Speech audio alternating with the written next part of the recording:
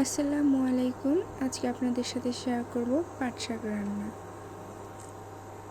পাট শাক রান্নার জন্য প্রথমে নিয়ে নিলাম সামান্য তেল এবং এখানে দিয়ে দিব দুটো ভেঙে রাখা শুকনো মরিচ, আর সাথে অ্যাড করব 5 ফোড়ন। তারপরে হালকা নাড়াচাড়া করে নিব আস্তে জাল দিয়ে।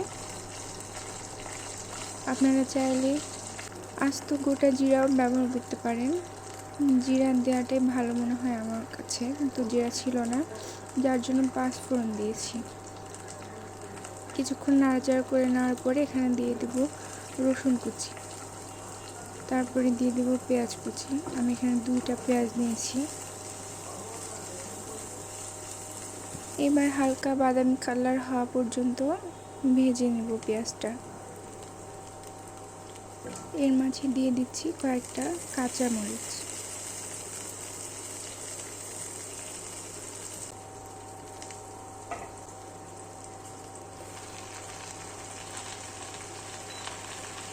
এই তো হালকা বাদামি কালার হয়ে এসেছে। এবার দিয়ে দেব ধুয়ে রাখা পাটের শাকগুলো, আস্তে আস্তে দিয়ে দেব।